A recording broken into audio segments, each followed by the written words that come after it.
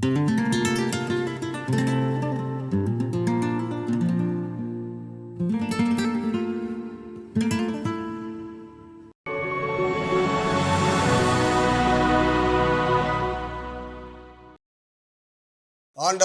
இயேசு கிறிஸ்து நாமத்தினாலே ஆத்மாவை ரட்சிக்க வந்த ராஜாதி ராஜா ஊழியத்தினுடைய சார்பில் உங்கள் அனைவருக்கும் எங்களுடைய அன்பின் வாழ்த்துக்கள். இந்த நாளிலே காலை வேளையில் ஆவியாளர் பேசுகிற வார்த்தை நாம் கேட்கலாம். வேதத்தில் மத்தேயு புத்தகம் 6வது அதிகாரம் 8வது வசனத்தை வாசிக்கலாமா? அவர்களைப் போல நீங்கள் செய்யாதிருங்கள்,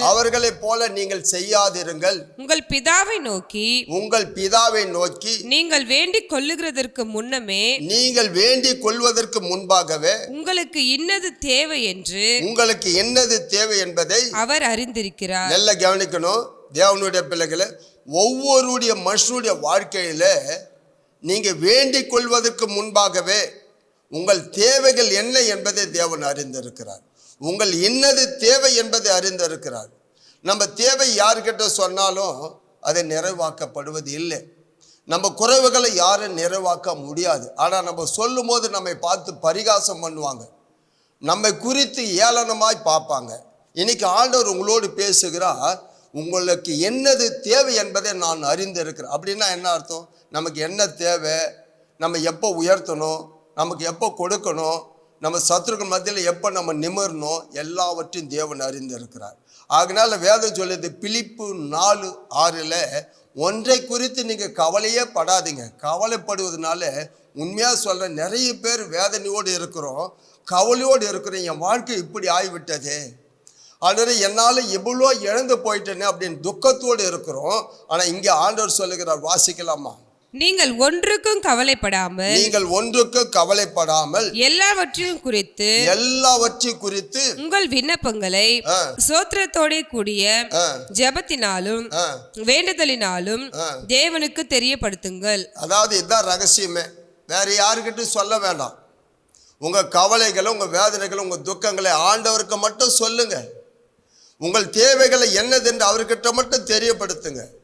ஒன்றுத்துக்கு கவலைப்படாதீங்க. என் அன்பு சகோனே, என் அன்பு சகோரிய, 2025வது ஆண்டில் இந்த 9வது மாதத்தில் ஆண்டவரே எனக்கு வாழ்க்கையில் மாற்ற வராத, என் துக்கம் சந்தோஷமாக மாறாதான்னு கண்ணீரோடு இருக்கிற உன்னை பார்த்து ஒன்றுத்துக்கு நீ கவலைப்படாது. ஏன்னா பேதுரு 1 பேதுரு 5வது அதிகாரம் 6வது வசனத்தை வாசிக்கலாமா? ஆகையால் ஏற்ற காலம், அதுக்கு தான் நான் ஆரம்பத்திலே சொன்னேன், ஏற்ற காலத்திலே தேவன் உங்களை உயர்த்தும்படிக்கு அவருடைய பலத்த கைக்குள் அடங்கி இருங்க. அவருடைய பலத்த கையில் அடங்கி இருங்க. பொறுமையா இருங்க. ஆண்டவர் சமூகத்தில் காத்திருங்க. நிச்சயமா எந்த சத்ரு உன்னை வெக்கப்படுத்தி ஏளனப்படுத்தி ஏளாளமா உன்னை பார்த்தானோ அதே இடத்துல கர்த்தர் உங்களை உயர்த்துவார். அதே சத்துரு மத்தியில் உயர்த்துவார். நீ விழுந்து போனேன்னு நினைக்காதே, கவலைப்படாத. நீ கெட்டு போட்டேன்னு நினைக்காத, எல்லாராலும் கைவிடப்பட்டு நினைக்காதே. இன்னைக்கு ஆண்டவர் சொல்ல, உன் தேவை என்னதுன்ற அறிவே, நீ காத்திரு, ஏற்ற வேலையில் உன்னை உயர்த்துவேன். அவங்க வெக்கப்படுவாங்க, ஆண்டவர் உன் கூட இருப்பார். கவலைப்படாதே, ஒன்றத்தை குறித்து கவலைப்படாதே. நிச்சயமா கர்த்தர் உன் கண்ணீருக்கு பதிலை கொடுப்பார். கண்களை மூடி ஜெபிக்கலாமா?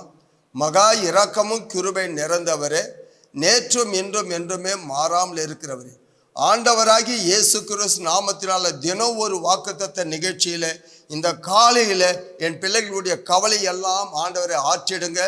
என் பிள்ளைகளுக்கு என்னது தேவை என்பதை அறிந்த நீங்க அந்த தேவையெல்லாம் உங்களால நிறைவாக்கப்படட்டும். குறைவுகள் உள்ளவர்களுக்கு நிறைவாக்கித்தாங்க. ஒவ்வொரு கண்ணீருக்கு பலனை தாங்க. இயேசுவின் நாமத்தில் ஜெபிக்கிறோம் நல்ல ஆண்டவரே, ஆமென்.